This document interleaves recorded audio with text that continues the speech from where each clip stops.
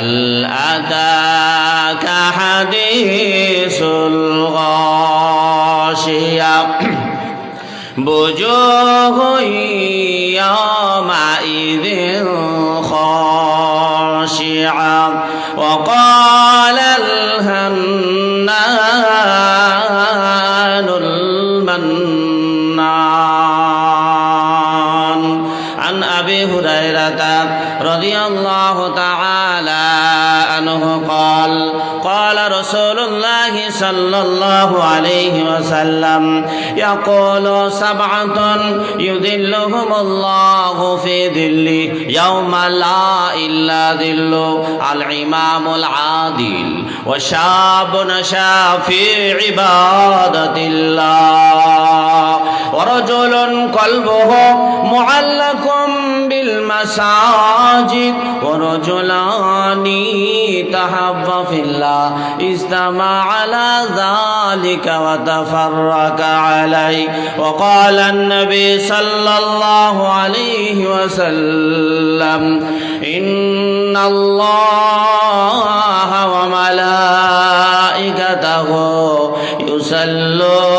يصلون على النبي يا أيها الذين آمنوا صلوا عليه وسلموا تسليما درود إبراهيم পড়ি সকলে اللهم صل على محمد وعلى آل محمد كما صليت على إبراهيم وعلى آل إبراهيم إنك حميد مجيد اللهم بارك على محمد وعلى آل محمد كما باركت على إبراهيم وعلى آل إبراهيم إنك حميد مجيد কি সুন্দর ফুল ফুটেছে কি সুন্দর ফুল ফুটেছে গেন্দা গজ মাদ্রাসায় ফুলের কলি কোরআন খানি ফুলের কলি কোরআন খানি তোরা কে নিবি রে আই কি সুন্দর ফুল ফুটেছে কি সুন্দর ফুল ফুটেছে আশরাফিয়া মাদ্রাসায় এই মাদ্রাসার ছাত্র যারা এই মাদ্রাসার ছাত্রী যারা দিনে রাত্রে পড়ে তারা শুধু জান্নাতের আশায় কি সুন্দর ফুল ফুটেছে কি সুন্দর ফুল ফুটেছে গেন্দা গজ মাদ্রাসায় এই মাদ্রাসার শিক্ষক যারা এই মাদ্রাসার উস্তাদ যারা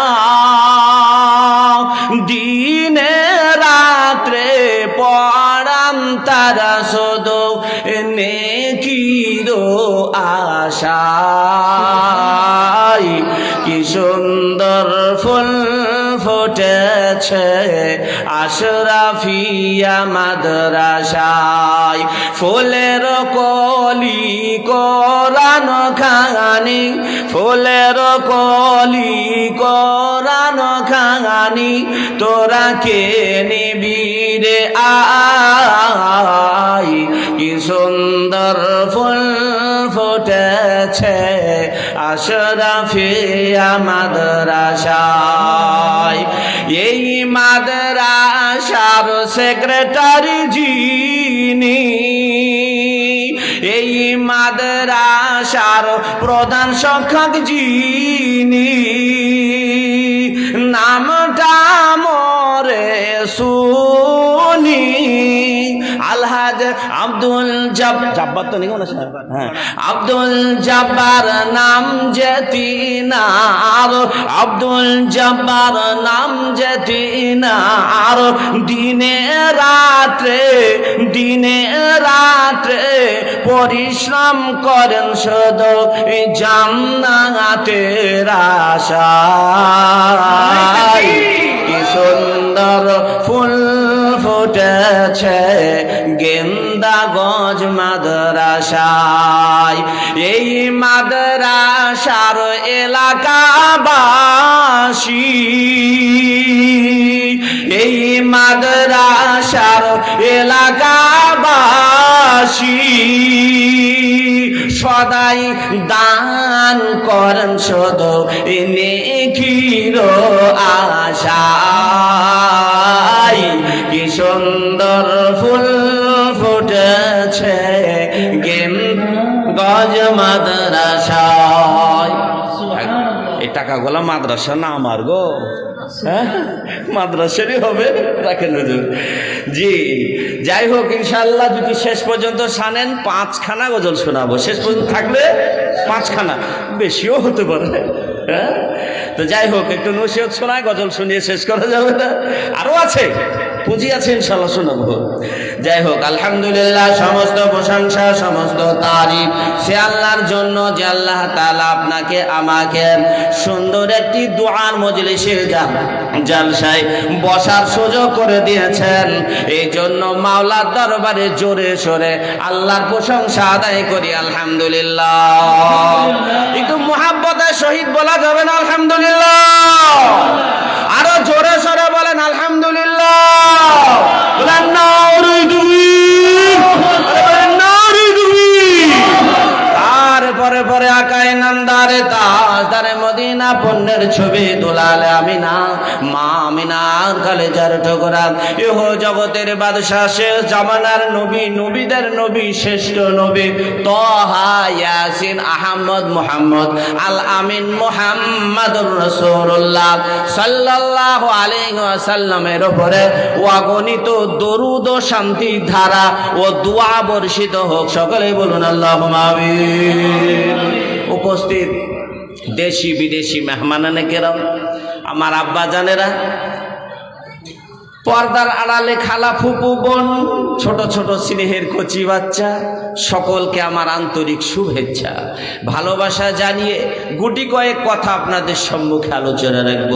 তার মধ্যে এই সভার পরিচালক মণ্ডলী এবং এই যোগ্যতম সভাপতি সাহেব এবং আরো সহসভাপতি যিনারা আছেন, সকলকেই আমার অন্তর থেকে, হৃদয় থেকে সালাম, শুভেচ্ছা, আসসালামু আলাইকুম ওয়া রাহমাতুল্লাহি ওয়া বারাকাতুহু।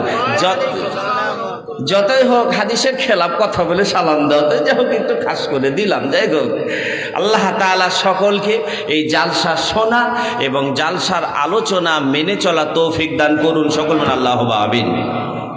উপস্থিত শ্রোতা মণ্ডলী, আল্লাহ তাআলা কোরআনুল কারিমে ঘোষণা করেছেন, আমি যে কথাগুলো, মুখ্য কথাগুলো বলবো, বেশি রাত্রি করব না, কারণ আবার আরেকটা রাত আছে, তাই না?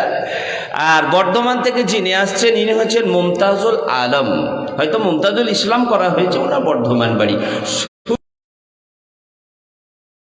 ওনার কথা শুনলে উঠতে মন যাবে না ইনশাআল্লাহ। কালকেও আপনারা আসবেন ইনশাআল্লাহ।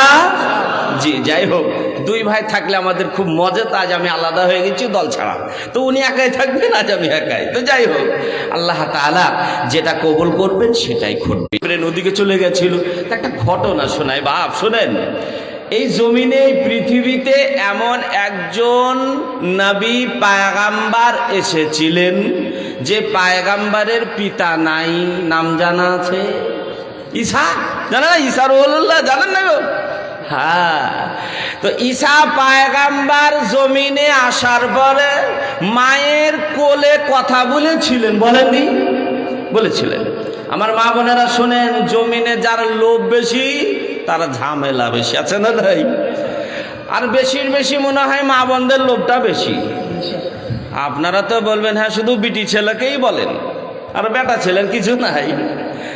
লোভ সকলের আছে, বুঝলেন? আল্লাহ বলেন মানুষকে আমি তৈরি করেছি লোভ দিয়ে। লোভ, মানুষের লোভ আছেই। যদি বলেন না আমাদের লোভ নেই, আমি বলবো আপনি পাগল। আমি মৌলানা জহুরুল, আমার বায়োডাটা জহুরুল হক, এখানে জহুরুল ইসলাম। তো যাই হোক, আমি বাড়ি গেলে পরে পকেটের দিকে আমার বিবি তাকায় যে কত টাকা দিল বুঝি, তাহলে আমার থেকে আর লোভ বেশি। লোভ বেশি লাগে। তো প্রত্যেক মানুষের কিন্তু লোভ আছে, আপনারও আছে আমারও আছে। যার লোভ নাই সে হলো পাগল। জমিনে শুনে রাখেন, আল্লাহ তাআলা মানুষকে লোভ দিয়ে সৃষ্টি করেছেন। মানুষ এক জায়গায় বসে থাকবে না, মানুষের ভিতরে লোভ থাকবে। আল্লাহ তাআলা বলেন বান্দা, আমি তোমাদের ভিতরে লোভ দিয়েছি, কিন্তু সাবধান, লোভ দিয়েছি বলে একেবারে সবকে নিজের আয়ত্তে করে নিও না। আল্লাহ ব্রেক দিয়েছেন, ব্রেক। আপনাকে আল্লাহ ছেড়ে দিলে যাও, তোমাকে যত যা সব। গেন্দাগঞ্জ থেকে দাসপাড়া, দাসপাড়া লালবাজার চললাম চোপড়া, সামনে গর্ত, খাল, বিল, বামে ডানে কিছু মানবো না। গরু, বাছর, মোষ, ভেড়া, দম্বা যা আছে সব মেরে দেবো। কেন? মালিক তো আমাকে দিয়েছে। চলবে গাড়িটা? চলবে না। তো সেই রকম ঘটনা আপনাদের একটু শোনাবো। ঈসা পয়গম্বরের বন্ধুকে নিয়ে তিনি চললেন। চলার সময় আল্লাহ 3খানা রুটি দান করলেন। কখানা বলুন? 3খানা। ভালো করে বেরেন দিবেন বাপ। কোরআন শোনাবো আপনাদের ইনশাআল্লাহ। মা বোনদের নসিহত শোনাবো, এমন নসিহত শোনাবো প্রত্যেক দিন সকালবেলায় স্বামীর পা না টিপে বাড়ি থেকে বের হবে না। বুঝে রাখেন এটা। যাই হোক, ও আল্লাহ তাআলা মুজিজা দিয়েছিলেন। মুজিজার অর্থ হলো অলৌকিক ক্ষমতা। এটা আল্লাহ তাআলা দান করেন। ঈসা পয়গম্বর তিনি চলতে শুরু করলেন। এমন একজন বন্ধু করলেন, একখানা রুটি অবশিষ্ট ছিল। সেই রুটিটা বন্ধুকে বললেন, দাগ রাখো, তোমাকে আমানত দিলাম, রাখো। চলতে চলতে বন্ধু খেয়ে ফেললো। যখন খেয়ে ফেলেছে, ঈসা পয়গম্বর বললেন, বন্ধুরে রুটিখানা তোমাকে দিয়েছিলাম, রুটিখানা কই? বলে হুজুর জানি না। দুমুখে বস্তা দেখেছেন বাপ? দেখেননি? একদিকে ভরবেন আর একদিকে বের হয়ে চলে যাবে। এটা হচ্ছে দুমুখে বস্তা। এই পেটটাই মানুষের বাপ। দিবেন এদিকে ফিল্টার, খুরমা খাবারে পোলাও খাও, হজম হয়ে যাবে। আল্লাহ রাহে দান করিলেও গো পাহাড় হয়ে রবে। ভালো মন্দ যাই খান না কেন, রাত্রেবেলায় খাবেন, সকালবেলায় সাহার হয়ে যাবে। ঈসা পয়গম্বর বললেন, বন্ধু ওই রুটিখানা তোমাকে দিয়েছিলাম, সেই রুটিখানা কোথায়? বলে হুজুর বলতে পারবো না। ঈসা পয়গম্বরের মুজিজা আল্লাহ দান করলেন। জমিনে যারা বেশি লোভ করবে তারাই ধ্বংস হয়ে যাবে। এইটাই আপনাদের বুঝাতে চাই। জমিনে টাকাওয়ালা সম্পদওয়ালার অভাব নাই। জমিনে কত টাকাওয়ালা এসেছিল, কত টাকাওয়ালা চলে গেছে। এই ঘটনার দ্বারা আপনাদের এটাই বোঝাতে চাই, লোভ যাদের বেশি হবে ধ্বংস হয়ে যাবে। ঈসা পয়গম্বর বললেন, বন্ধু এই রুটিখানা তোমাকে আমি দিয়েছিলাম, রুটিখানার খবর নাই। তাহলে তুমি দেখো, আল্লাহ আমাকে ক্ষমতা দান করেছেন। তিনি জমিনে বসলেন, মাটি তুললেন, মাটি তোলার পর ফু দিলেন। ফু দেওয়ার সঙ্গে সঙ্গে পাখির বাচ্চা তৈরি হয়ে গেল। একবার জোরে জোরে বলেন সুবহানাল্লাহ। কিচির মিচির করে আকাশে উড়ে চলে গেল। ওই রুটি যে খেয়েছিল সে বলল, হুজুর আল্লাহ এত ক্ষমতা আপনাকে দান করেছেন, মাটি থেকে পাখির বাচ্চা? বলে হ্যাঁ এটা দিয়েছে। বলো রুটিখানা কে খেয়েছে বলো? বলে না বেচারি, এমন খিদার তাড়না খেয়ে নিয়েছে আর বলা যায়? তা আবার পায়গাম্বার বলা যায়? বললেন না। ঈসা পায়গাম্বার চললেন, দেখলেন এটা ইসরায়েলি রয়াত, মৌলানারা বুঝবেন, আপনারা অত বুঝবেন না। ইসরায়েলি রয়াতের মধ্যে এসেছে হরিণের বাচ্চা সুন্দর পাহাড়ের পাশ দিয়ে তড়ুক তড়ুক করে লাফিয়ে লাফিয়ে বেড়ায়, উকি মারে আর আবার মাথাটা লুকিয়ে নেয়। ঈসা পায়গাম্বার দেখলেন, বন্ধুও দেখলো। ঈসা পায়গাম্বার বললেন, ওই হরিণের ছানা দেখছো? বলে হ্যাঁ দেখলাম। বলে হরিণের ছানা কত সুন্দর? বলে হ্যাঁ তা তো দেখলাম। ঈসা পায়গাম্বার বললেন, ও হরিণের ছানা এখানে আয়। আল্লাহ কি দিয়েছেন পৃথিবীতে সব মানুষের জন্য, আজ আমরা হতভাগা, সেই জন্য আমাদের এগুলো হয় না। ঈসা পায়গাম্বার ডাকলেন, হরিণের ছানা এসো। চলে আসলো। ওই বন্ধু দেখলেন হরিণের ছানা সামনে আসে আর তুড়ুক তুড়ুক করে লাফায়। ঈসা পায়গাম্বার হরিণটাকে ধরলেন, ধরার পর হরিণটাকে আছাড় মারলেন, বরণ হয়ে গেল। বন্ধু বলল, হুজুর আপনি হরিণের ছানাটাকে মেরে ফেললেন কেন? এত সুন্দর দেখতে মারলেন কেন? ঈসা পায়গাম্বার বললেন, এটা আল্লাহর মুজিজা, তুমি দেখবা। বলে কি দেখবো? বলে হরিণের আল্লাহ এত ক্ষমতা আপনাকে দান করেছেন যে আপনি জিন্দা করে ফেললেন। ঈসা পায়গাম্বার বললেন, বন্ধুরে ওই রুটিখানা কে খেয়েছে বলো? এবারও স্বীকার করলো না। ঈসা পায়গাম্বার বললেন, এরকম হবে না, কি করতে হবে? একে কিছু লোক দেখাতে হবে। ঈসা পায়গাম্বার তিনি কি করলেন? সোনার ইট তৈরি করলেন। সোনা দামি বস্তু।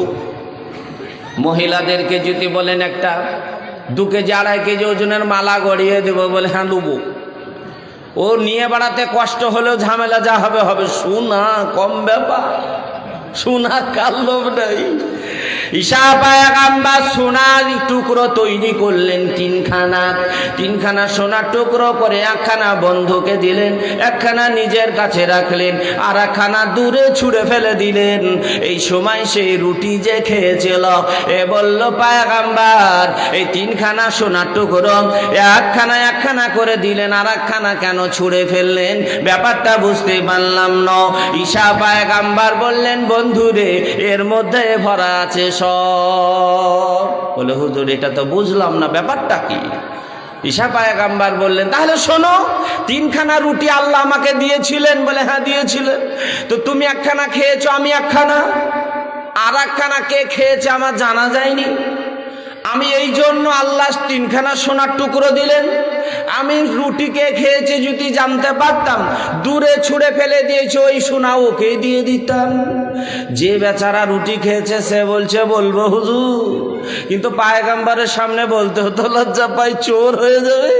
কিন্তু লোভ বাবা মানুষের কত, লোভের কারণে ধ্বংস হবে, আসছে সামনে। ঈসা পায়গাম্বার বললেন, বন্ধুরে ওই রুটিখানা যদি কে খেয়েছে জানতে পারতাম, সোনার টুকরো খানা তাকে দিয়ে দিতাম। ওই বন্ধু বলল, পায়গাম্বার আপনি যা মনে করবেন করুন, রুটিখানা আমি খেয়েছি। বলে আহারে দুনিয়া কিসের লাগে বানাইছো ঘর, আজরাইল আসিবে, আজরাইল আসিবে সোনার দেহ থেকে ওগো প্রাণ কেড়ে নেবে। সোনার দেহ থাকিবে পরে মাটিতে কুরে করে খাবে।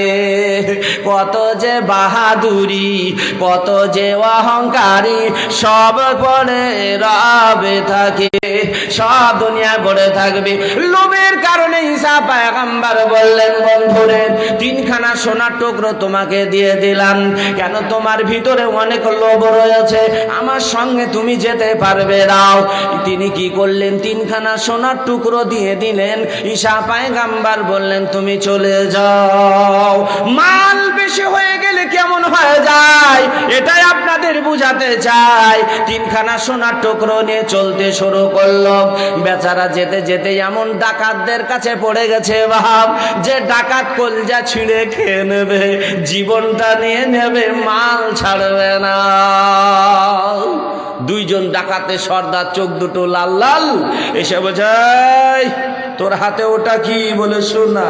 নিয়ে যাচ্ছিস কোথায়? আমরা ডাকাত, ডাকাতের সর্দার, আমাদের ওপর দিয়ে কেউ মানে ডাকাত নাই, মাস্তান নাই, আর তুই নিয়ে যাবি? তার মানে চলে সোনা দে। বলে ভাই আমি রুটি চুরি করে খেয়ে সোনা পেয়েছি, তোমাদের দেবো। তো দেখা যাচ্ছে জোরে পারবো না, জানটাই হয়তো চলে যাবে। তা কাজ করো ভাই, 3খানা সোনা তুমি আমি ওরা তিনজনা, তাহলে এক কাজ করো, একখানা করে ভাগ করে নেব, করে পাওয়া 14 আনা, যা পাই তাই লাভ। 3জনে ভাগ করার কথা হইল। এই সেই ঈসা পয়গম্বরের বন্ধু বলে দিয়েছে, ও ডাকাতদের সর্দার 2 ভাই শোনো, আমার বড় খিদা পেয়েছে, রুটি চুরি করে খেয়েছিলাম, এই জন্য সোনা পেয়েছি, একটুখানি খাবারের ব্যবস্থা করে দাও। যদি খাবারের ব্যবস্থা করে দাও, এই খাবার খেয়ে আপন আপন চলে যাব, কোনো ঝামেলা নাই। ডাকাতদের মধ্যে একজনকে পাঠানো হলো বাজারে। এই বাজারে যে মনে মনে করে যে এই 2 জনকে যদি বিষ খাইয়ে মেরে দিই, সোনা গুলো আমার। দুনিয়ায় মানুষ দেখেন কি অবস্থা। ও বাজারে নিয়ত করে চলে গেছে, 2 জন বসে আছে, এরা বলছে শোনো, ও যখন বাজার থেকে আসবে, দেরি করেছিস কেন? বলে মারতে শুরু করবো, মারতে মারতে মেরে ফেলবো, একখানা সোনা বেড়ে যাবে, অর্ধেক করে ভাগ করবো। 2 রকম বুদ্ধি হয়ে গেল। ও আচ্ছা করে খাবারে বিষ মাখিয়ে ও চলে আসছে, আর এরাও বুদ্ধি এঁটে বসে আছে যে আদে ঠিক দেখে নেব। যেমনই এসেছে মারতে শুরু করলো, মারতে মারতে তাকে শেষ করে ফেললো। বলার সুযোগ নাই ভাই, ওই খাবারে বিষ মাখানো আছে, খাস না, এ কথার সুযোগ তার আর হলো না। সে একজন কমে গেল। 2 জন বলছে ভাই আমরা খাবার খেয়ে ভাগ করে নেব। 2 জনে খাবার খেলো, মুরগির পায়খানার মতো সাদা পায়খানা, মুরগির সাদা পায়খানা শুরু হয়েছে। কেউ আর বাঁচবে না, বাঁচবে না। 2 জনে 3 জনে একই সঙ্গে ওই সোনার কারণে মৃত্যুবরণ করলো। ঈসা পয়গম্বরকে আল্লাহ বলছেন, ঈসা একটু পিছন দিকে মুড়ে যাও। দেখলেন তিনি নাম ধরে ডাক দিলেন সে বন্ধুর, বলে কুম বিজিনিল্লাহ, আল্লাহ নিশানায় তোমরা উঠে পড়ো, সারা পৃথিবীর মানুষকে দেখানো হবে। তারা উঠে পড়ল। জিজ্ঞাসা করো হলো যে তোমরা যখন মৃত্যুবরণ করলে এই সোনাগুলো কি তোমাদের কাছে এসেছিল? বলো না না না, আমাদের কাছে আসেনি। বলে মৃত্যুবরণ করলে তারপরে তোমার পিতা মাতা, দাদা দাদি, নানা নানি, খালা বউ, এরা কে তোমার কাছে এসেছিল? বলে না।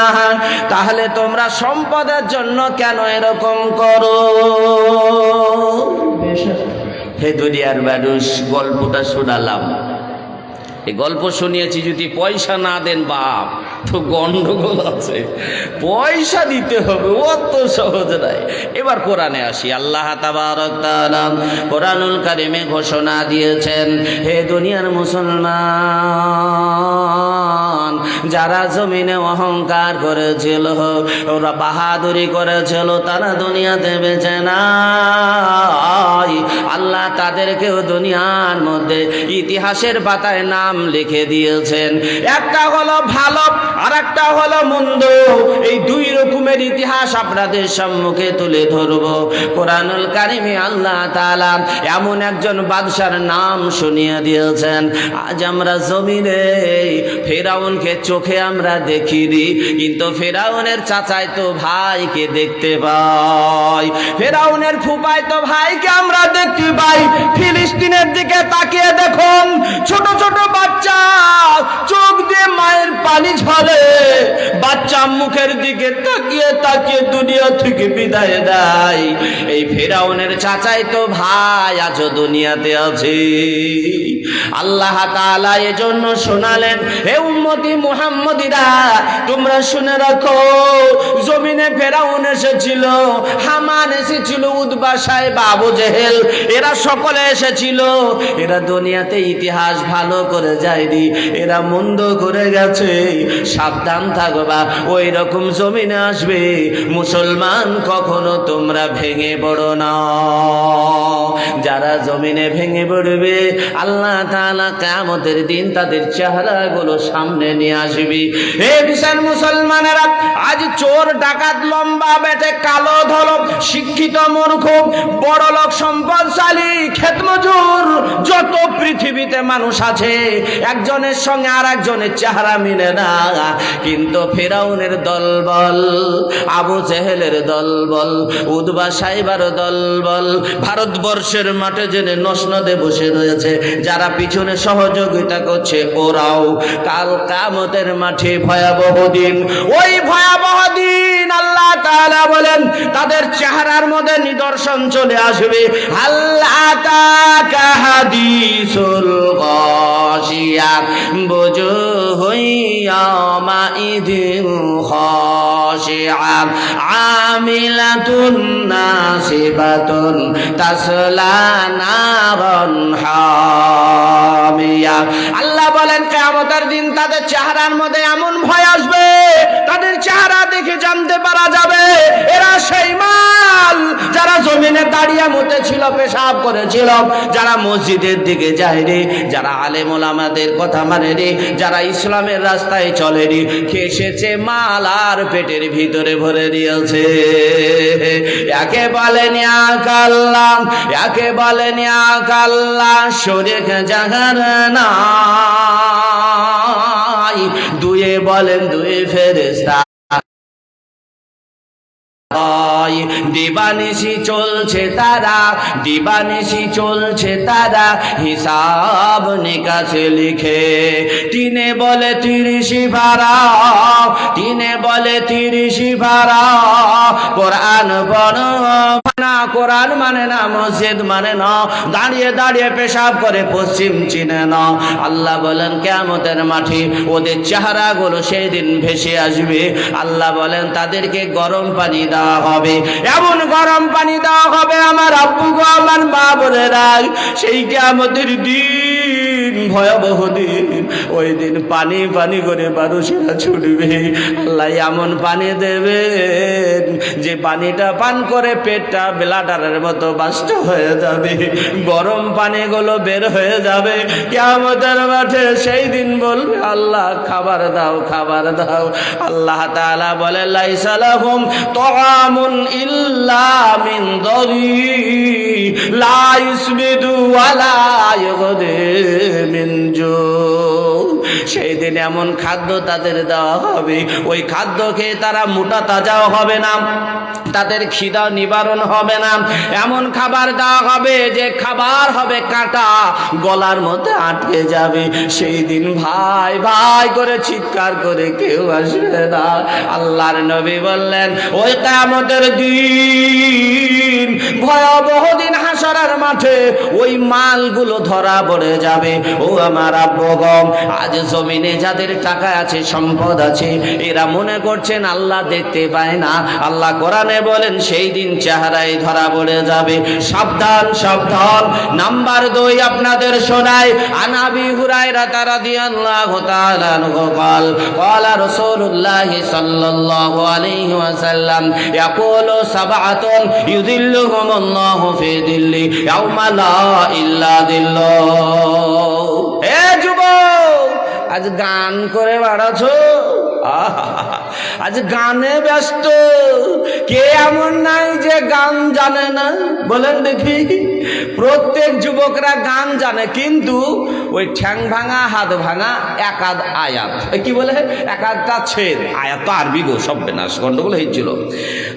যুবক শোনো, কিয়ামতের ঘটনা থেকে তুলছি আমি। কিয়ামতের দিন আল্লাহ 7 ব্যক্তিকে আরশের নিচে স্থান দেবে। এর মধ্যে রয়েছে দেশের মুড়ল। আমাদের এলাকায় বাপ, কেউ কথা খারাপ মনে করবেন না, হক কথা দুটো বলতে দেন, তারপরে মা বোনদের নসিহত করবো। আমার লম্বা বক্তব্য হয়তো, এই জন্য একটু এদিক ওদিক হবে। বলা হয়েছে 1 নম্বরে দেশের বাদশাকে ডাক দেওয়া হবে, দেশের মুড়লকে ডাক দেওয়া হবে। যারা আজকে মনে করেছে আমি ফেতরার মুড়ল, কিয়ামতের দিন আল্লাহ তাকে ফাটিয়ে দেবে। মুড়লের বাড়িতে গান বাজে বড় বক্স নিয়ে, কিছু বলে না। কিন্তু কিয়ামতের দিন এক নম্বরে মোড়লকে ডাকা হবে, আমিরকে ডাকা হবে। হাদিস কোরআন বুখারী মুসলিম শরীফের হাদিসে আবু হুরায়রা থেকে বর্ণিত, বলা হচ্ছে আল ইমামুল আদিল, দেশের ন্যায় বাদশাকে ডাক দেওয়া হবে। বাপ রাগ করিয়েন না, হক কথা দুটো শুনেন। ওই দিন কিয়ামতের মাঠে সম্মানী ব্যক্তির মধ্যে এক নম্বরে পড়বে দেশের নেতা, দেশের মোড়ল। ইনি থাকবেন সেই দিন এক নম্বরে, যেখানে থাকবে সবুজ ঝান্ডা। আপনার নবী, আমার নবী, কুল কায়নাতের নবী, নবীদের সেরা নবী, রহমতুল লিল আলামিন মুহাম্মদুর রাসূলুল্লাহ, সকলে বলুন সাল্লাল্লাহু তাআলা আলাইহি ওয়াসাল্লাম। সেই নবী থাকবেন আর সবুজ ঝান্ডা ওই আরশের নিচে বসে থাকবেন। নবীজি বলবেন আসো আসো, ফেরেশতারা বলবেন আসো আসো আসো। ওই মুরলকে ডাক দেওয়া হবে, এক নম্বর আরশের নিচে তার নাম লিপিবদ্ধ করা হবে। জান্নাতে সঙ্গে সঙ্গে চলে যাবে, কেউ বাধা দেবে না, কেউ টানবে না, কেউ বাধা দেবে না। বাদশা কেমন হতে হবে এটাও ভাবতে হবে। এক বাদশার কাছে বিচার এসেছে, ধরুন তার স্ত্রী তীর ছুঁড়েছে আকাশে। আকাশে তীর ছুঁড়ার পর তীরটা লেগে গেছে কার কাছে? একজন ধোপানি, পরিষ্কার করে গরিব মানুষ, ওর শরীরে ঢুকে গেছে, মরে গেছে। বিচার নিয়ে এসে দেখে বাদশার নাম এমন বাদশা তিনি ছিলেন, দেশে আমাদের দরকার বাদশা আমরা পাই, কিন্তু সেরকম করতে পারি না। ওই বাদশা তীরটা হাতে নেওয়ার পর দেখলেন এই তীর আমার কাছে থাকে, এই ফলা আমার কাছে থাকে, আমার স্ত্রী ছাড়া কেউ এটা ব্যবহার করবে না। তিনি বুঝতে পারলেন আমার স্ত্রী, আমার বিবি এই তীর ছুঁড়েছে। বিবিকে ডাক দিলেন, প্রাণের বিবি। বিবি চলে আসলেন, স্ত্রী চলে আসলেন।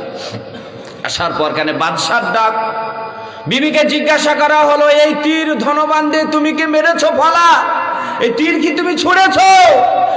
বিবি মাথাটা নিচু করে বললেও যে হ্যাঁ আমি তীরটা ছুঁড়েছিলাম, কোথায় গেছে আমি জানি না, কিন্তু তীর আমি ছুঁড়েছিলাম, স্বীকার করে দিয়েছে। বাদশা বলল ঠিক আছে, বিচার আমি এক্ষুনি করব, দেরি করব না। প্রাণের বিবি সামনে দাঁড়িয়ে রয়েছে, ওইদিকে সে গরিব মহিলা যার স্বামীটা পুকুর পাড়ে মারা গেছে, ওই গরিব মহিলা দাঁড়িয়ে রয়েছে। বাদশাহ তীরটাকে নিয়ে আসা হলো, ধনবান ধন্যটাকে নিয়ে আসা হলো। নিয়ে আসার পর গরিব মহিলার হাতে তুলে দিয়ে বলে দিয়েছেন বাদশাহ, ও গরিব মহিলা আমি হক বিচার করব, কেননা আমি কিয়ামতের দিন তোমার বিচারের জন্য কাঠগোলাই খাড়ো হব না। বাদশার বিচার দেখুন, ও দুনিয়ার মোড়ল, ও দেশের বাদশাহ শুনে রাখেন বাদশাহ কেমন করেছিলেন।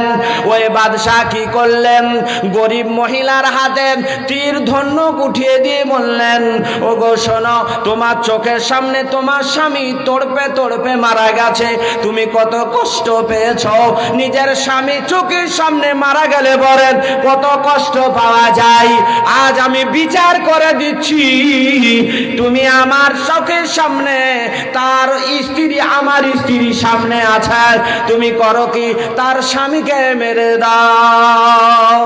তাহলে বিচারটা কেমন হলো?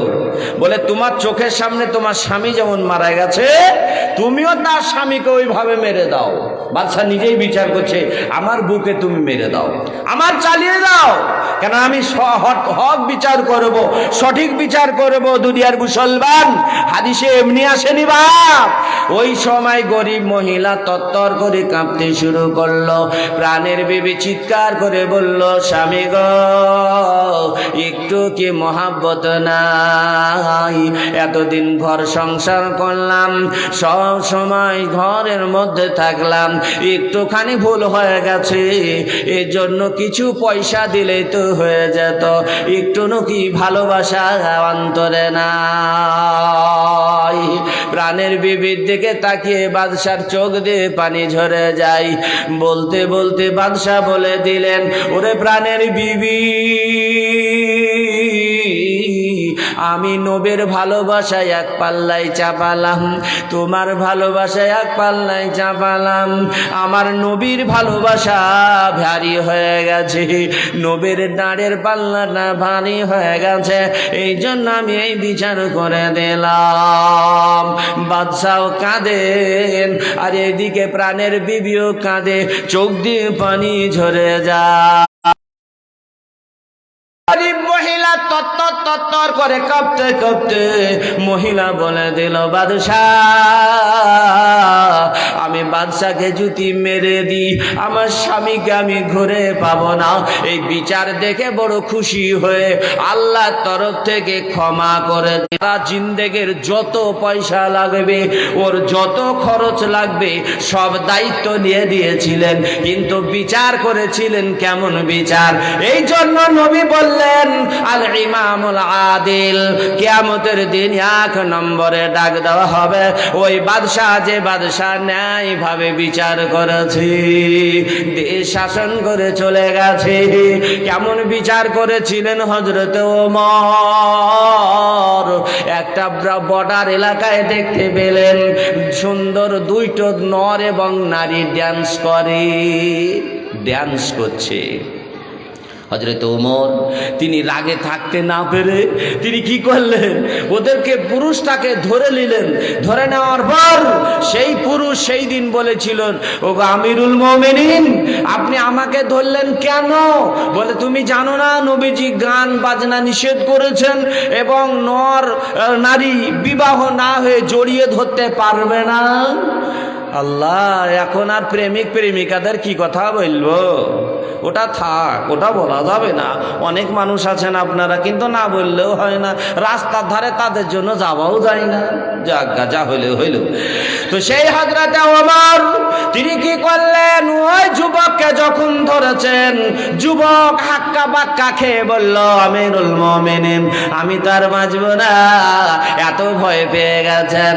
আমিরুল মুমিনিনকে বললেন, ওগো মুসলমানদের নেতা, আমি মাত্র 2টা ভুল করেছি, আপনিও 2টো ভুল করেছেন, আমিও হয়তো 2-এর অধিক ভুল করেছি, কিন্তু আপনি 2টো ভুল করেছেন। এই 2টো ভুল শুধরে নেবেন, তারপরে আপনি আমার বিচার করবেন। শিখিয়ে দিয়েছেন, কথায় কথা বেড়ে যায়। হযরত ওমর সেই যুবককে ছেড়ে দিলেন। ছেড়ে দেওয়ার পর তিনি দাঁড়িয়ে যে বললেন, বলো আমি কি এমন ভুল করেছি বলো। ওই যুবক বলে দিল, ওগো মুসলমানদের নেতা খলিফাতুল মুসলিমিন ওমর রাদিয়াল্লাহু তাআলা আনহু, আপনি 2টা ভুল করেছেন।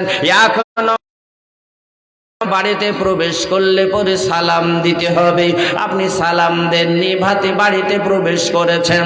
2 নাম্বার সদর গেট দিয়ে আপনি ঢুকবেন, কিন্তু আপনি গেট বাদ দিয়ে 5 টোপকে ঢুকেছেন। আপনি 2টা বড় ভুল করেছেন। আমার নবী মুমিনিন, আমি জান বাঁচানোর জন্য আপনাকে বলেছি, আপনি চলে যান না। আমি জানি এটা অন্যায় করেছি, তবে আপনার হাতে কলেমা পড়ে মুসলমান হয়ে এই গান বাজনা ছেড়ে দিয়ে যে রমণীকে আমি জড়িয়ে ধরেছি, ওই রমণীকে আমি চিনি না, কেবলমাত্র মানুষকে আনন্দ দেওয়ার জন্য আমি তার সঙ্গে এইরকম করছিলাম। ওগো আমিরুল মুমিনিন, আপনি করেন কে? ওই রমণীর সঙ্গে আমার বিয়ের ব্যবস্থা করে দিন। ইনারাই ছিলেন দেশের বাদশাহ, ইনারাই ছিলেন দেশের নেতা, ইনাদের কোনো রিভলভার পিছনে ছিল না, কালো কালো জামা পরে বড় বড় মেশিন গেলে বডিগার্ড ছিল না। ছিল কে ছিল বলেন? এখন দেশের গ্রামের মধ্যে যদি মেম্বার হওয়া যায়, রাত্রে বেলায় বেরাতে বড় ভয় পায়। আমিরুল মুমিনিন রাত্রে বেলায় গোটা এলাকা ঘুরে বেড়াতেন, কার খাবার হয়েছে কার হয়নি, কে বিপদে পড়ে কে আপদে পড়েছে, এইরকম করে চলেছেন। ওই রকম নেতাকে আল্লাহ কিয়ামতের মাঠে সম্মানিত করবেন। আল ইমামুল আদিল ওয়া শাবুন শাফি ইবাদাতিল্লাহ। হে যুবকের দল, শুনে দেখো, কান খুলে শুনে নাও, যারা যুবক অবস্থায় আল্লাহর ইবাদত বান্দেগি করবে, কাল কিয়ামতের মাঠে আল্লাহ তাকে আরশের নিচে স্থান দান করবে। হে যুবকের দল, আজ মনে করেছো এখন জোয়ানি আছে, যখন আমার বয়স হয়ে যাবে তখন আমি নিশ্চয় আমি আল্লাহর ইবাদত করব। এই বলে দেখেন তারা ইবাদত থেকে দূরে রয়েছে। কত মানুষকে দেখলাম, কত যুবককে দেখলাম লরির চাকায় পিষ্ট হয়ে মারা গেছে, কত যুবককে দেখলাম গলায় দড়ি দিয়েছে, কত যুবককে দেখলাম বিষ পান করেছে, কেবলমাত্র শুধু আই লাভ ইউ। বুঝতে পেরেছেন?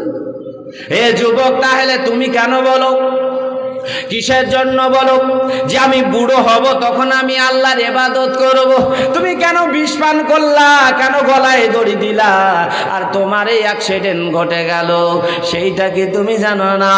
এই জন্য যুবক সাবধান হয়ে যাও। আমার মা বোনেরা, আপনাদেরকেও বলে যাই, হাদিসে এসেছে ওয়ারাজুলুন দাআতুহু ইমরাতুন যাতু মানসুবিন ওয়া জামালিন ফাকালা ইন্নী আখাফুল্লাহ। নবী বলেছেন, রমণীরা শুনে রাখুন, এমন একটি সময় আসবে যে সময় মহিলারা আহ্বান করবে এসো এসো, আর সেই যুবক বলবে ইন্নী আখাফুল্লাহ, আমি আল্লাহকে ভয় করে তোমার দিকে যাব না। সময় কিন্তু আসছে। কি আসছে? সময়। এখন দেখেন আমাদের ভারতবর্ষে একটা আইন জারি হয়েছে, হয়নি? সেটা হচ্ছে তালাকের যে বিষয়টা, সেটা হচ্ছে মহিলারা দেবে। হায় আল্লাহ!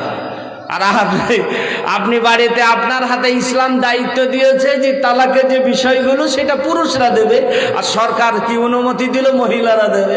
আর এই মহিলারা তারা কি করবে? নিজের মতো চলবে, চলতে চলতে অ্যাক্সিডেন্ট ঘটবে, আপনাকেও সেটা মেনে নিতে হবে। এটা কি সহজ যাবে? কি বলেন? যাই না। তো যাই হোক, আল্লাহ আমাদের সেদিক থেকে হেফাজত করুন, বলেন আল্লাহ আমিন। শ্রদ্ধেয় সুধী সমাজ, আমার আব্বা জানেরা, আমার মা বোনেরা, কোরআন হাদিসের কথা যেগুলো আমরা শুনবো, এগুলো যদি একটু রাত্রেবেলায় একটুখানি চোখটা বন্ধ করে ভাবি, কোনো মানুষ পাপ করতে পারে না, কোনো মানুষ পাপের দিকে যায় না, কোনো যুবক, কোনো যুবতী এরা কোনো দিন পাপের রাস্তায় যেতে পারে না। এই জন্য নবী বললেন, কিয়ামতের মাঠে ওই যুবককেও সুন্দর জায়গা দেওয়া হবে যে যুবক মহিলাদের কাছ থেকে দূরে আসবে। নবীজির দ্বারা, কোরআনের দ্বারা মুসলমানকে সতর্কবাণী করে দিয়েছে। আল্লাহ তাআলা আমাদের সকলকে কোরআন এবং হাদিসের অনুকূলে চলার তৌফিক দান করুন। সকলে বলুন আল্লাহুম্মা আমিন। করে কোরআন শুনিয়ে দিয়েছেন, ওই কোরআন থেকে আপনাদেরকে শোনায়। আজকে যারা আজকে এই জায়গায় বসে রয়েছে, বাপ কি আমরা পাবো, কি আল্লাহ আমাদের দেবেন? আল্লাহ কোরআনে বলেছেন, বুজুহু ইয়াউমাইযিন নাঈমা লিসাইহা রাদিয়া ফি জান্নাতিন আলিয়া লা তাসমাউ ফিহা লাগিয়া ফিহা আইনুন জাদিয়া ফিহা সুরুরুম মারফুআতু ওয়া আকওয়াবুম মাওদুআ। যারা জমিনে কষ্ট করবেন, আল্লাহ তাদের চেহারাগুলোকে সুন্দর করে দেবেন, আর চেহারা যখন সুন্দর হয়ে যাবে তারা জান্নাতের দিকে চলে যাবে। হে বিশ্বের মুসলমান, আমার আব্বা জানেরা, আমার মা বোনেরা, এই জমিনে যারা ভালো তাদের কথা শোনায় দিই। এমন একজন মহিলা পুরুষ মানুষেরা আপনারা শুনবেন। ও আমার আব্বগণ, সুন্দর কথাগুলো ছেড়ে চলে যাবেন না। আল্লাহ তাআলার নবী, বিশ্ব নবী শুনিয়ে দিয়েছেন মহিলাদের কথা, পুরুষদের কথা। আমি এবার শোনাবো আপনাদেরকে মহিলাদের কথা, তারপরে পুরুষদের কথা, দুটোই চলে আসবে। আমার মা বোনেরা, আজ আমাদের বাড়িতে শুধু অশান্তি হয়। যারা বিয়ে করেছে তারা বলছে আল্লাহ কি অশান্তিতে বললাম, আর যারা বিয়ে করেনি তারা বলছে আল্লাহ কবে আমাদের বিয়ে হবে শান্তিতে। বাপ কেউ নাই, ও বলে বেটা কথা শুনে না, বাপ বলে বেটা কথা শুনে না, আর বেটা বলে বাপ কথা শুনে না। নিজের স্বামী বলে স্ত্রী কথা শুনে না, আর স্ত্রী বলে স্বামী কথা মানে না। এই মানুষ কিন্তু ঝামেলার মধ্যে পড়ে রয়েছে। এমন একজন মহিলার কথা বলবো, আমার মা বোনদেরকে আমি এই জন্য বলতে চাই, জমিনে শান্তি যদি আনে তো মহিলারাই আনবে, আর যদি শান্তি অশান্তি দুটোকেই মিক্সড করে দেয় তাহলে বাড়িতে দাও দাও করে আগুন জ্বলবে। জ্বলবে না? জ্বলবে। এমন একজন নবীর স্ত্রী যার নাম আপনারা শুনলেন, একটু ইঙ্গিত দিয়েছিলেন, আমার পূর্বের বক্তা ইঙ্গিত দিয়েছিলেন, যে মহিলা আল্লাহ তাআলা মহিলার কারণে জান্নাতের ফল দিয়েছিলেন, যে মহিলাকে আল্লাহ সম্পদ ফিরায়া দিয়েছিলেন, যে মহিলা নিজের স্বামীকে ভালোবাসার কারণে এমন ভালোবাসা বেসেছিলেন, ভালোবাসার কারণে নির্জনে নিয়ে গেছিলেন, যে নির্জনে কোনো মানুষ বসবাস করে না, সেই জায়গায় নিয়ে চলে গেছিলেন। আহারে মহিলা, ও আমার মা বোনেরা, এইরকম মহিলা ইতিহাস তৈরি করে গেলেন। আল্লাহ তাআলা বলেন মহিলাদের জান্নাতের খাজানি হলেন মারিয়াম। জান্নাতের ফল খেয়েছেন কে গো? এই মারিয়াম, তিনি জান্নাতের ফল খেলেন। আর ফেরাউনের স্ত্রী আসিয়া ইনিও জান্নাতের নমুনা দেখতে পেলেন। বিশ্ব নবী রহমতুল লিল আলামিনের কন্যা ফাতেমাতুজ জাহরার জন্য, হাসান হুসাইনের জন্য জান্নাতের ফল জমিনে এসেছিলেন। মহিলার কারণে আজ জমিনে ফল এসেছে। ওই মহিলার কথা আজ আপনাদের সামনে তুলে ধরি। এমন একজন মহিলা যার পিতা হলো নবী, যার আব্বা হলো নবী, ভাই হলো নবী, এবং কে নিজের স্বামীও হলেন নবী। এই নবী দেখেন এত সুন্দর জায়গার মধ্যে থেকে, এই জন্য চলতি ভাষায় আমরা বলি আটা গুনে রুটি। বুঝেন তো নাকি? আটা চুনে, বুঝেন না? ময়দা গো, আটা গুনে রুটি, আর মা গুনে বিটি। মা যদি ভালো হয় তাহলে নিশ্চয় তার কন্যা ভালো হবে। উঠতে বয়সেও যদি পা পিছলে যায়, বয়স যখন ঠিক আসবে ঠিক হয়ে যাবে। এমন একজন মহিলা, স্বামীর খবর আসলো যত পশু পাখি আছে সব ধ্বংস হয়ে গেল, মারা গেল। আবার খবর আসলো জমিতে যত ফসল আছে সব পুড়ে শেষ হয়ে গেল। আবার খবর আসলো যত সন্তান আছে এই সন্তানগুলো দেওয়াল চাপা পড়ে মারা গেছে। এই পয়গম্বরের নাম সকলেরই জানা। এই পয়গম্বরের নাম হলো আইয়ুব পয়গম্বর। ও আমার মায়েরা, যখন সম্পদ সব চলে গেল, প্রাণের বিবিরা বলল এর কাছে থাকবো না, চলতে শুরু করলো। আইয়ুব পয়গম্বর বললেন, ওগো আমার প্রাণের বিবিরা, আজ আমার সম্পদ নাই, কিছু নাই, তোমরা যদি আমার কাছ থেকে চলে যাও, যেতে চাও, আমার কোনো বাধা নাই। ওই মহিলা যার নাম রহমত বা রহিমা, স্বামীর সেবা করার কারণে আল্লাহ কত সম্মানিত করে দিয়েছেন। বিবি রহিমা তিনি কি করলেন? স্বামীকে বললেন, স্বামী গো, সুখের সময় আমি ছিলাম, দুঃখের সময় আপনার কাছে থাকবো, তালাক দিয়ে যাব না। আজ জমিনে দেখবেন যে স্বামীরা ইনকাম করতে পারে, শ্বশুর বাড়িতে তার সম্মান থাকে না। শ্বশুর বাড়িতে ওই জামাইয়ের বেশি সম্মান যে জামাই বেশি ইনকাম করতে পারে। যে স্বামী জমিনে ইনকাম বেশি করলো, স্ত্রীর কাছেও সে প্রিয় হলো। ওই স্বামীটা যদি ইনকাম, তখন আমিও ছিলাম, এখন দুঃখ এসেছে, আপনাকে ছেড়ে আমি যাব না, আপনি আমাকে তালাক দেবেন না। স্বামীর কাছে থাকতে শুরু করলেন। হঠাৎ শরীরে ঘা শুরু হয়ে গেল। কার? আইয়ুব নবীর শরীরে ঘা হলো। স্বামীর শরীরে ঘা, অন্য বিবিরা চলে গেছেন, সন্তান মারা গেছেন, পশু পাখি সব মারা গেছে, যত চাকর চাকরিনীরা ছিল, দাস দাসীরা ছিল, তারাও বাড়ি ছেড়ে চলে গেছে। যখন শরীরে ঘা শুরু হয়ে গেল, আল্লাহর পরীক্ষা, এই পরীক্ষা আপনাকে আমাকেও হতে পারে। আল্লাহ বলেন, ওয়ালা নাবলুওয়ান্নাকুম বিশাইইম মিনাল খাউফি ওয়াল জু'i ওয়া নাকসিম মিনাল আমওয়াল ওয়াল আনফুসি ওয়াস সামারাত ওয়া বাশশিরিস সাবিরিন। আল্লাহ তাআলা বলেন, বান্দারা তোমাদেরকে আমি পরীক্ষা করব, জমিনে খিদা দিব, ভয় দেখাবো, সম্পদের লোকসান ঘটিয়ে দেব, ব্যবসায় লোকসান হয়ে যাবে, সন্তান মারা যাবে, নফসের দ্বারা পরীক্ষা নেওয়া হবে, ফসলের মধ্যে তোমাদের পরীক্ষা নেওয়া হবে। আল্লাহ এইভাবে দেখেন আইয়ুব নবীকে পরীক্ষায় ফেললেন। সব বিবিগুলো চলে গেল, বিবি রহিমা স্বামীর কাছে থাকতে শুরু করলেন। দেশের মানুষেরা বলতে শুরু করলো, ও গো আয়ো, তুমি দেশে থাকিও না, এমন তোমার শরীরে ব্যাধি হয়েছে, অসুখ হয়েছে, আমরা কেউ বাঁচব না, অতএব তুমি গ্রাম থেকে চলে যাও। গ্রামের সব থেকে দুঃখর উপরে দুঃখর শেষ থাকে না। আপনি দেখেন, একটু কষ্টর মধ্যে পড়ে দেখেন, দুনিয়ায় আপনাকে কেউ ভালোবাসবে না। এই আইয়ুব নবী তিনি দেশ থেকে চলে যাওয়ার জন্য ওই গ্রামের মানুষেরা বলতে শুরু করলো। আইয়ুব পয়গম্বর ভাবতে শুরু করলেন। বিবি রহিমা তিনি বললেন, স্বামী গো, দেশের মানুষেরা যখন আপনাকে রাখবে না, বলছি জানি না বেয়াদবি করবে, অতএব চলেন আমার আত্মীয়র বাড়িতে আমি চলে যাব। প্রাণের বিবির কথা অনুযায়ী তিনি চলতে শুরু করলেন।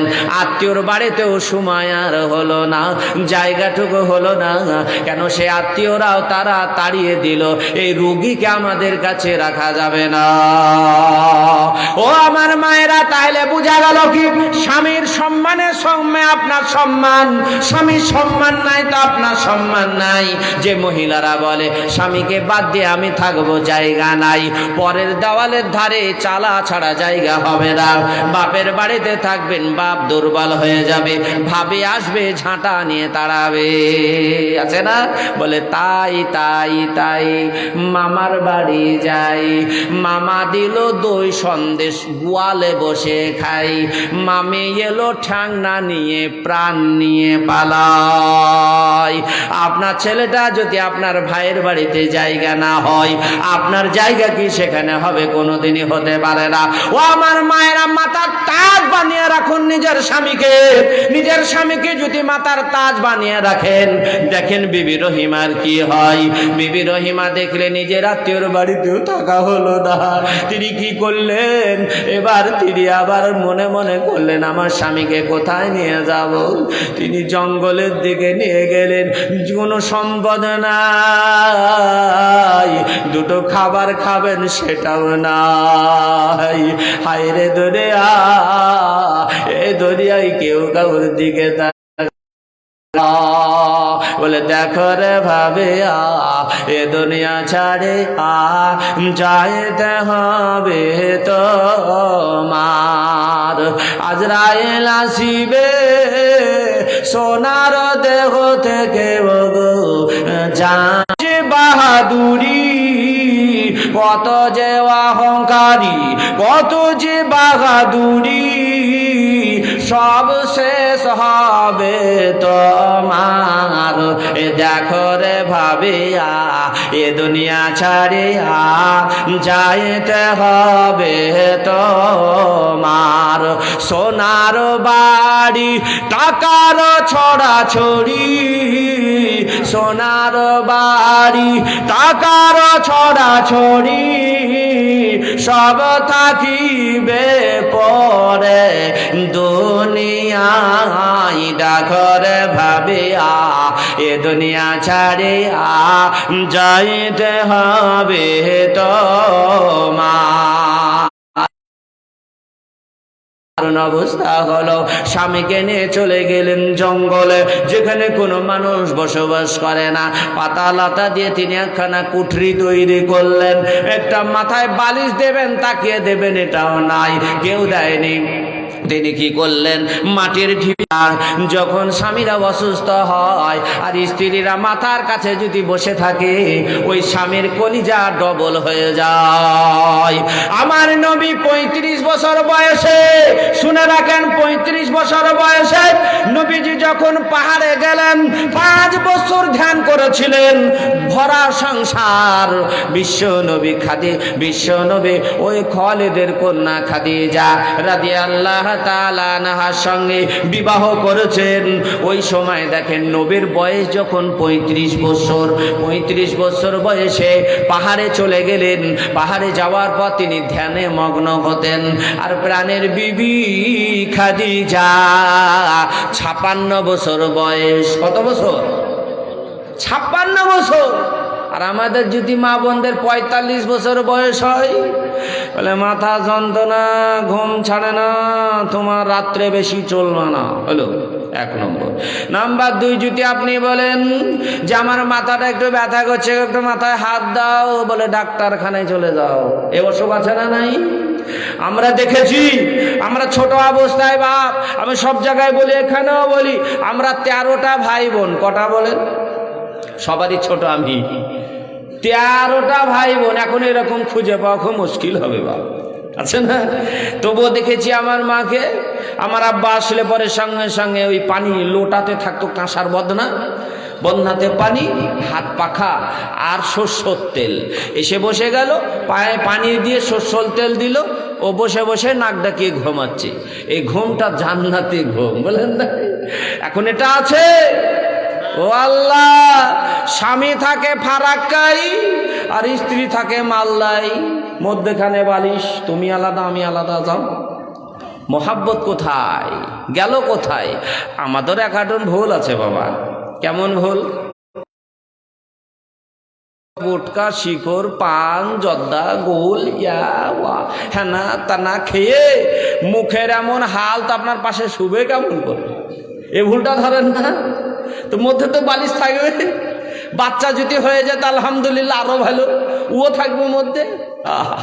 নবীজি রওজা পাকে, যিনারা গেছেন বাইতুল্লাহ শরীফে, যিনারা হজ করতে গেছেন, দেখেছেন ওই পাহাড় কত উঁচু। ওই পাহাড়ে, যে পাহাড়ে এখন সুন্দর করে সিঁড়ি করা হয়েছে, ওই সময় সিঁড়ি ছিল না। 56 বছর বয়সে স্বামীর মোহাব্বত, স্বামীর ভালোবাসা, বিশ্ব নবী রহমতুল লিল আলামিন ওই গারে হীরা পর্বতে, পাহাড়ের ওপরে নবীজি ধ্যানে মগ্ন থাকতেন। আর এদিকে প্রাণের বিবি খাবার বহন করে রাত্রে বেলায় দরওয়াজার ওই গুহার সামনে দাঁড়িয়ে থাকতেন, ঘুমাতেন না। ও আমার মায়েরা, জান্নাতে এমনি স্বামী সামনাসামনি বসবেন। সূরা ওয়াকিয়াতে আল্লাহ বলছেন যে স্বামী স্ত্রী দুজনে সামনাসামনি বসবে, একজন আর একজনের দিকে তাকাবে, যখন হাসবে জান্নাতে গোটা জান্নাত খানা আলোকিত হয়ে যাবে। একবার জোরে জোরে বলেন সুবহানাল্লাহ। ওয়া আজওয়াজুম মুতাহারা। আল্লাহ সূরা বাকারায় বলেছেন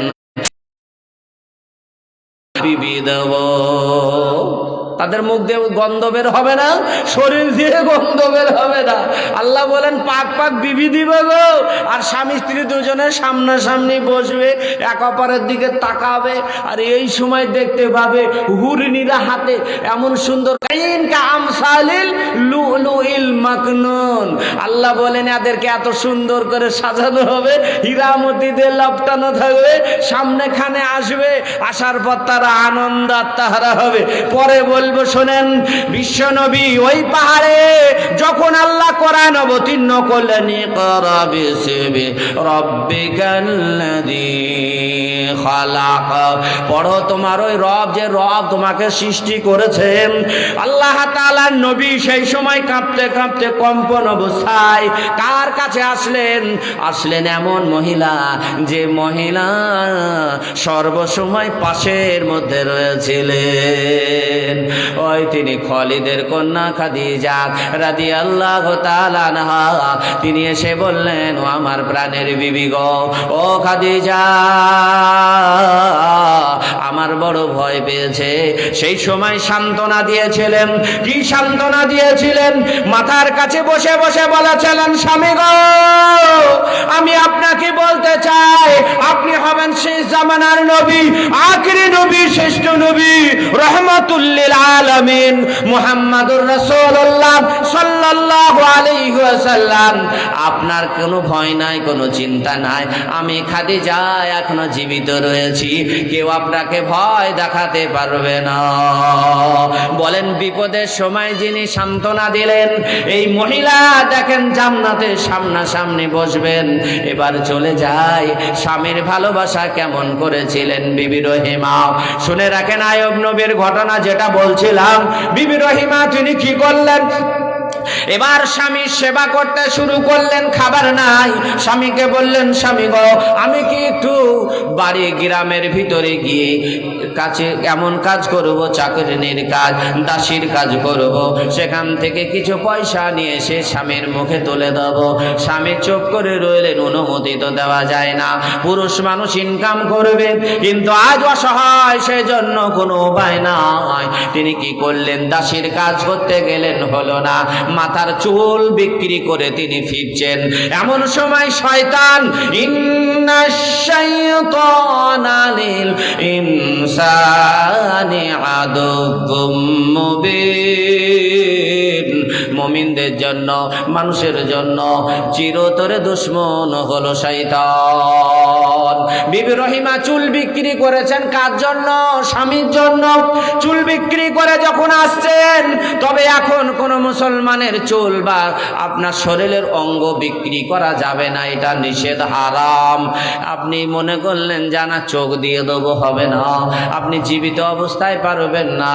আপনি কিডনি দিয়ে দেব, হবে না। এটা আপনার অঙ্গে, এগুলো দেওয়া চলে না, বিক্রি করা যাবে না। কেবলমাত্র আপনার রক্ত, এটা দান করা যাবে, বিক্রয় করা যাবে না। এক ব্যক্তি অসুস্থ, আপনি দেখতে পেলেন আপনার রক্তর সঙ্গে মিলে গেছে, আপনি রক্ত দিতে পারেন, এটা দান, বিক্রি করা যাবে না। ওই সময় দেখেন তারপরে এটা রদ হয়ে গেছে। কি করলেন বিবি রহিমা? চুল বিক্রয় করে স্বামীর জন্য খাবার নিয়ে আসছেন। শয়তান এসে বলল বিবি রহিমা চুরি করে। আল্লাহ ভালো দেখেন, চতুর্দিক থেকে বিপদের উপর বিপদ। সেই স্বামী জন্য চুল বিক্রি করে আসছেন, শয়তান এসে বলছে যে তোমার বিবি চুরি করেছে, মাথা চুল কেটে নিয়েছে। আল্লাহ আল্লাহ আল্লাহ।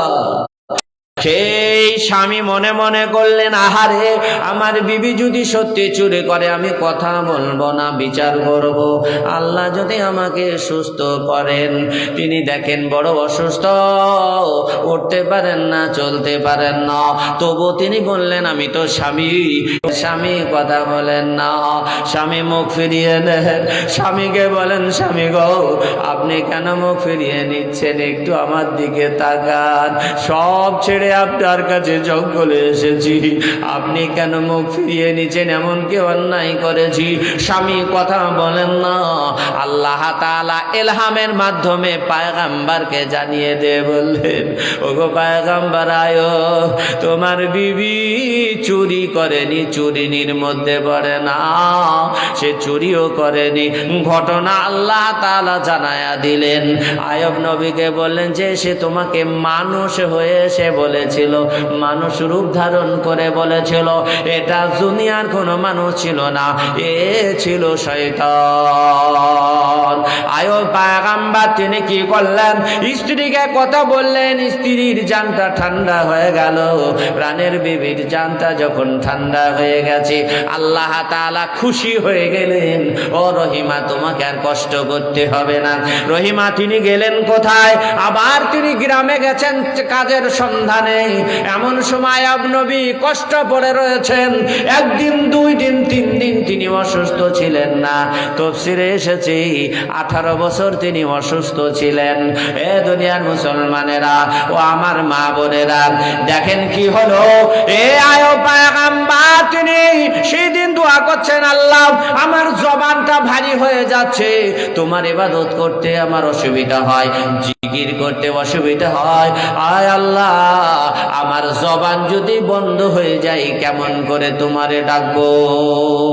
আল্লাহ ফেরেশতা প্রেরণ করলেন। ফেরেশতা পাঠিয়ে দিয়ে বললেন, যাও আমার পয়গম্বরকে জানায়া দাও, জমিনে আঘাত করবে, সেখান থেকে পানি বের হবে, ওই পানিটা গোটা শরীরে মর্দন করবে, পান করবে। করবে, আল্লাহর ইশারায় অসুখগুলো ভালো হয়ে যাবে। একবার জোরে সোরে বলা যাবে না সুবহানাল্লাহ। দয়ার নবীজি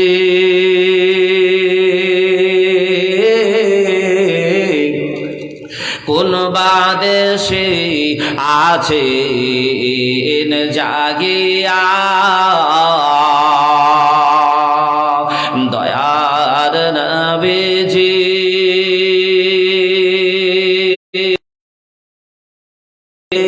কোন বাদেশে আছেন শুইয়া, আমরা নবী নবী কইরা এক দিবসে একটি বুড়ি গাঠরে লইয়া কান্দে পথে গো, দয়ার নবী দয়ার নবী গাঠরি খানা দিলেন পৌঁছাইয়া, কান্দে বসিয়া। বুড়ি বলে ওরে ছেলে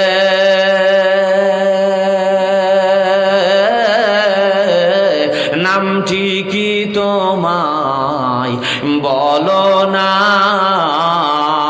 নাম না বলিলে নাম না বলিলে আমি তরে ছাড়ব না, কান্দে বসিয়া।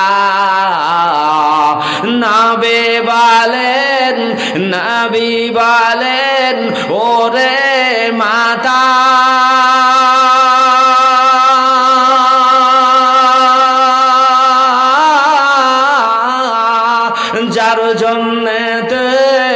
যার জন্যে আসিয়েছ হেথাও। বুড়ি বলে ওরে ছেলে কে বা তোরে খারাপ বলে গো, বুড়ি বলে জলদি করে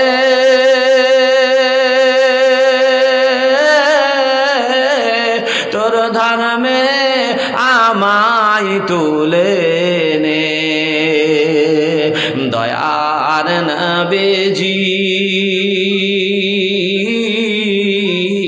ওই বাদেশে আছেন জাগিয়া, আমরা নবী কইরা কাঁদি সারা দুনিয়া, কান্দে বসিয়া। সেবা হয়েছে করার কারণে আল্লাহ আবার স্বামীকে সুন্দর করে দিলেন, শরীর সুস্থ হয়ে গেল। বিবি রহিমা ফিরে এসে স্বামীকে চিনতে পারছেন না। স্বামী বললেন আমি সে আয়ব। চিনতে পারলেন? আল্লাহ বললেন আয়ব আমি তোমাকে পরীক্ষা করেছিলাম, তুমি পাস করেছো। তুমি গমের ঢেরি লাগিয়ে দাও, জবের ঢেরি লাগিয়ে দাও, ধানের ঢেরি লাগিয়ে দাও, আমার নাম ধরে ডাকো, আমি সোনা এবং চাঁদিতে পরিণত করে দেব। আল্লাহ সোনা এবং চাঁদিতে পরিণত করে দিলেন। আল্লাহ বললেন আয়ব তুমি মাঠের দিকে যাও, একবার বলো আল্লাহ আমার ফসল ফিরাইয়া দাও, আল্লাহ তোমার ফসলগুলো ফিরিয়ে দেবেন। আল্লাহর ইশারায় আবার রাজ সিংহাসনে আয়ব নবী বসলেন। অন্য প্রাণের বিবিরা তারা এসে মাথা নিচু করে বলে স্বামী গো আমাদের ভুল হয়ে গেছে, আমাদেরকে একটু ওই বাড়িতে রাখার অনুমতি দেন। আয়ব পয়গম্বর তিনি কি করলেন? এবার তিনি বললেন না না না, যে বিবি আমাকে দুঃখে সুখে ছিলেন ওই বিবি আমার সব থেকে প্রিয়। ও আমার মা বোনেরা, উদ্দেশ্য হলো একটাই, স্বামীকে মাথার তাজ বানিয়ে রাখুন। যে স্বামী আজ দুনিয়াতে আছে একে সুন্দর করে রাখেন, আল্লাহ তাআলা দুনিয়াতেও শান্তি করবেন, পরকালেও সুখের জায়গা মিলিয়ে দেবেন।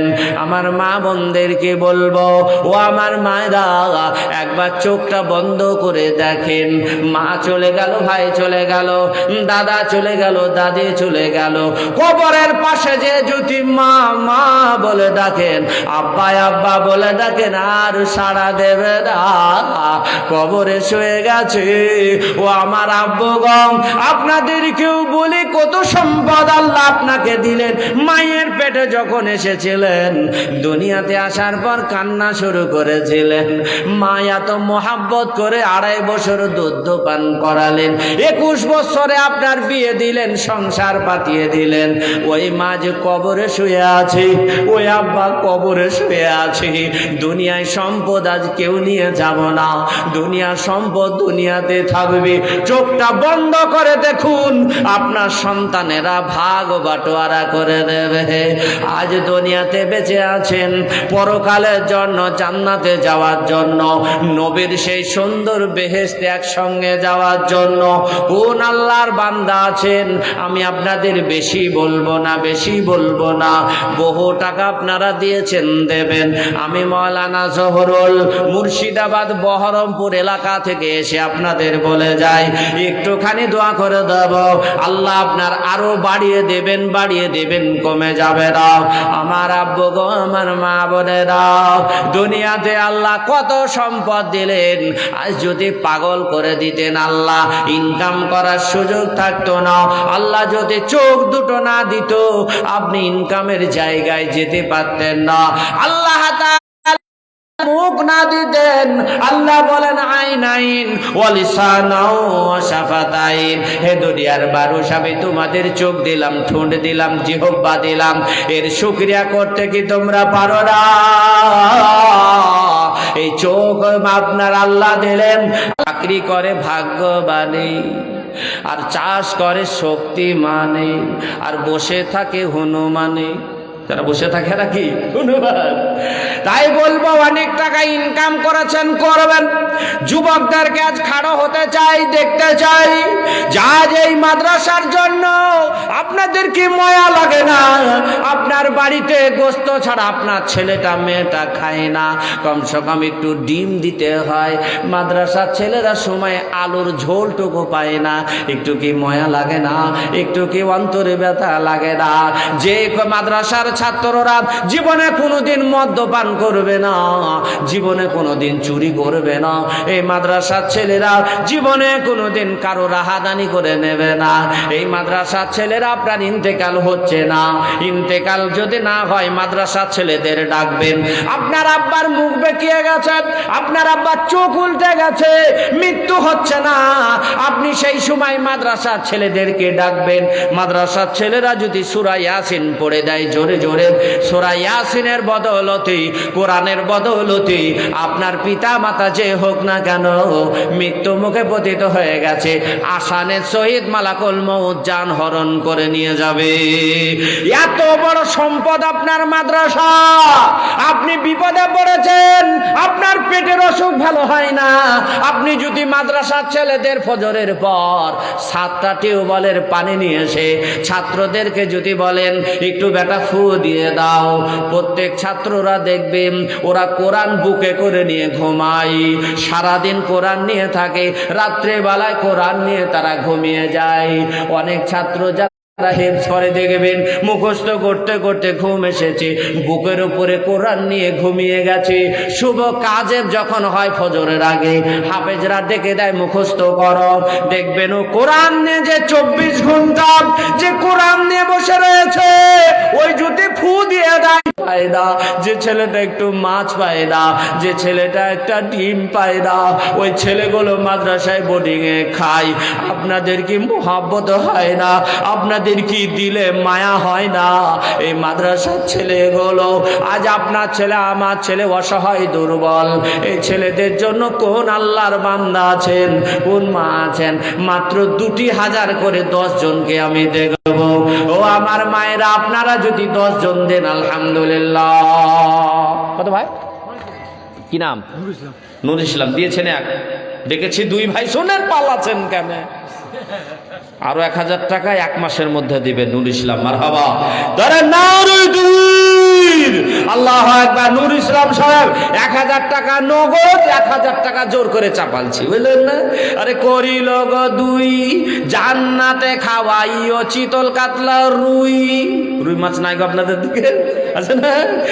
আল্লাহ করিল গো 2000 টাকা, ইমানে আমানে আল্লাহ করে দাও পাকা। আরো দুমা করি খোদা তাগার পিতা মাতা দাদা দাদি নানা নানি খালা ফুফু সকলের জন্যতে। আর ডানা হাতে আমল নামা দিও কিয়ামতের মাঠে, যেদিন পাশে না চোঙাইবে এই দান খোদা তুমি চাঁদোয়া বানাবে। আরো দোয়া করি খোদা নূর ইসলামেরও কারণ, আর দাও গো তুমি সুখের জীবন, সুখের সংসার তুমি দাও গো বানাইয়া। এ দোয়া করে খোদা জমিনে বসিয়া।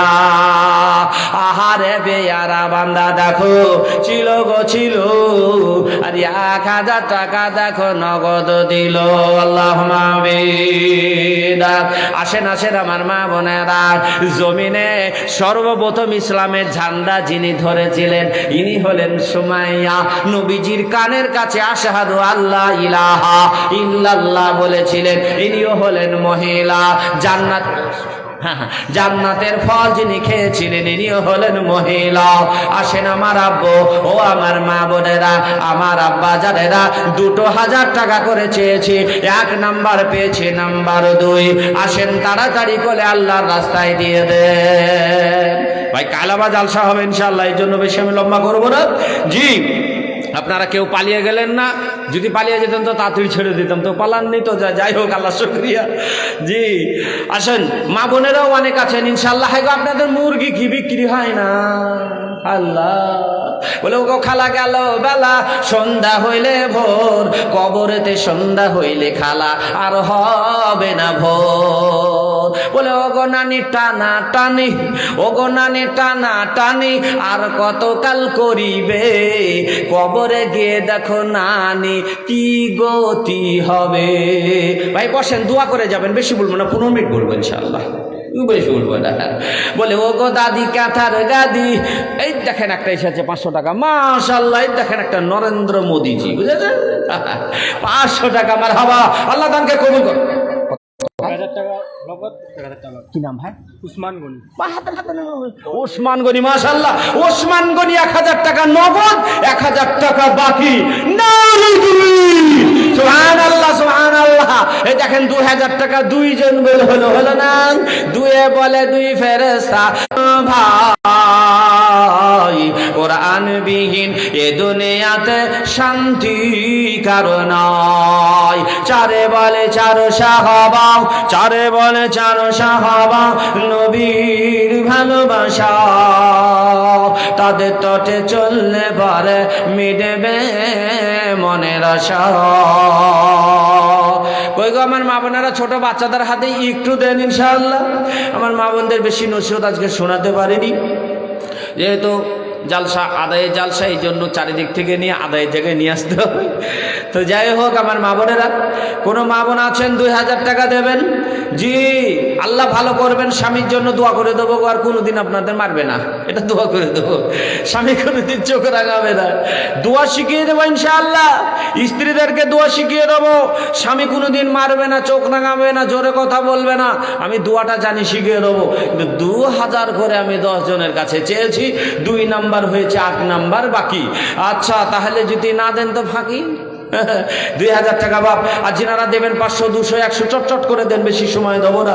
জি আজকে আছেন, কালকে আল্লাহ তাআলা এই জায়গায় আবার এই সুন্দর মজলিস করবেন, দিবেন, কিন্তু আজকে উপস্থিত ধারের থেকে নগদ ভালো, শোনার থেকে না শোনাই ভালো, ধোয়ার থেকে না ধোয়াই ভালো, গল্পগুলো আছে না, সেই জন্য নগদটাই ভালো। আসেন বাপ, আসেন তাড়াতাড়ি করে আসেন ইনশাআল্লাহ। সব বাদাম কিনতে যে ফুরিয়ে গেল গো আল্লাহ। ও আমার মা বোনেরা, পয়সা কে একবারে নাই, নাই তো নাই, নাই তো নাই।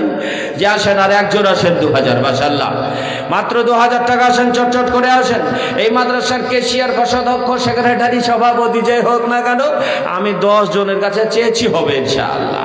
জি, এ যুবক কোথায় গো, 3 দিন ইনকাম করবা, দিয়ে দেবা, কি জ্বালার কথা আল্লাহ। আসেন চটচট করে দিয়ে দেন। আমি গজলখানার একটা শুনিয়ে দিই, ইনশাআল্লাহ আপনারা এদিকে দিয়ে দোয়া করে দেবো ইনশাআল্লাহ। যে যা দিবেন 10, 5, 20 যে যা পারবেন ইনশাআল্লাহ এই মাদ্রাসার জন্য একটু সহযোগিতা। আরো দোয়া করি খোদা তাকার জন্য তুই, আর বিপদ আপদ দূর কর দুনিয়াতে, আল্লাহুম্মা আমিন আমিন সুম্মা আমিন। সাইয়্যিদে আলম নবীজি, সাইয়্যিদে আলম নবীজি, শাহে মদিনা, আর মদিনা যাইতে নবীজি হলেন রওয়ানা। সাইয়্যিদে আলম নবীজি, সাইয়্যিদে আলম নবীজি, শাহে মদিনা, আর মদিনা যাইতে নবীজি হলেন রওয়ানা। ওরে কাফের মক্কাবাসী,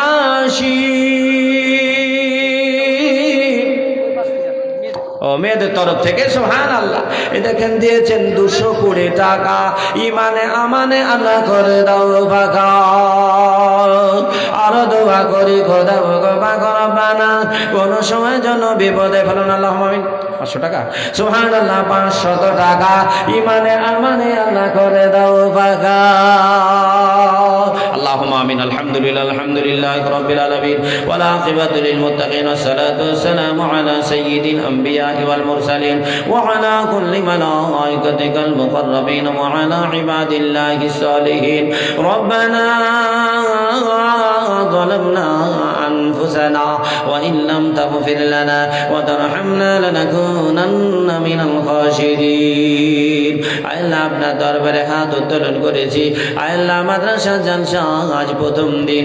আল্লাহ অনেক উলামায়ে কেরাম, বুজুর্গানে দিন, আল্লাহ মুরব্বিয়ে কেরাম, শিক্ষিত সমাজ, আজ কত মানুষ এখানে এসেছেন। আল্লাহ সকলকে আপনি কবুল করে নেন। আল্লাহ খাস করে মাদ্রাসার মুহতামিম, আল্লাহ প্রধান শিক্ষক আলহাজ মাওলানা আব্দুল জব্বার সাহেবকে কবুল করে নে। ওনার সঙ্গে সঙ্গে আমাদের সকলকে কবুল করে নিন। আল্লাহ সনমধন্য আমার হাফেজি, ওনার এই মাদ্রাসার শিক্ষক যতজন আছেন আল্লাহ সকলকে আপনি কবুল করে নিন। আয় আল্লাহ, যতজন সভাপতিত্বের নামের মধ্যে রয়েছে সকলকে আপনি কবুল করে নিন। তার সঙ্গে সঙ্গে আজকে যিনারা এতক্ষণ পর্যন্ত কষ্ট করে বসে রয়েছেন আল্লাহ সকলকে আপনি কবুল করে নিন, মঞ্জুর করে নিন। আয় আল্লাহ, আমার মা বোনেরা সারাদিন পরিশ্রম করার পর এতক্ষণ পর্যন্ত রাত্রিতে বসে রয়েছেন।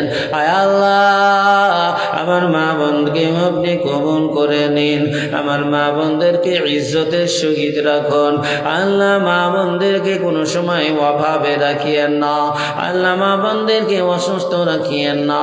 আয় আল্লাহ, তার সঙ্গে সঙ্গে আমার আব্বা যারা যারা আজকে আমিন আমিন করছেন আল্লাহ এদেরকে আপনি কবুল করে নিন। আল্লাহ শেফায়ে কল্যাণ দান করুন, নামাজি বানায়া দেন, দিনদার বানায়া দেন, পরহেজগার বানায়া দেন।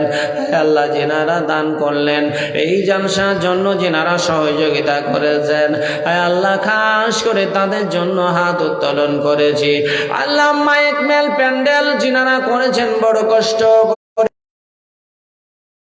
কবুল করে নিয়ে এদের ব্যবসা বাণিজ্যকে উন্নতি দান করুন।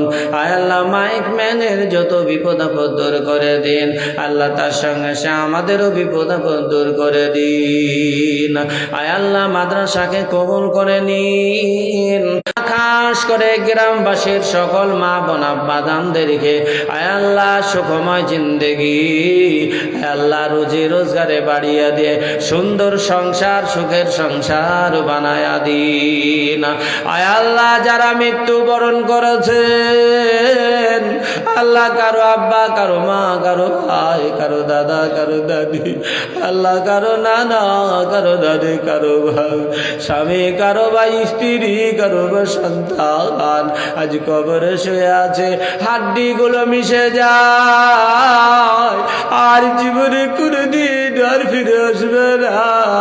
তাই এই মাদ্রাসার জন্য আল্লাহ যারা দান করেছে আল্লাহ তাদের আত্মীয় স্বজনের কবরে একটুখানি নেকি পৌঁছায়া দেন। আয় আল্লাহ, আমারও মা নাই, আব্বা নাই, কবরে শুয়ে আছে, আমারও মা আব্বার কবরে একটুখানি দেখি পৌঁছায়া দি। আয় আল্লাহ, এরকম করে অনেকজনের মা বাপ কবরে আল্লাহ জান্নাতের মুখমলের বিছানা বিছায়া দিয়ে কিয়ামতের দিন নবের সুপারিশ সারা নসিবে মিলায়া দেন। রব্বানা আতিনা ফিদ দুনিয়া হাসানা ওয়া ফিল আখিরাতি হাসানাতাও ওয়া কিনা আযাবান নার। وصلى الله تعالى على خير خلقه ونور عرشه ومداد كلمات لا إله إلا الله محمد رسول الله صلى الله عليه وسلم.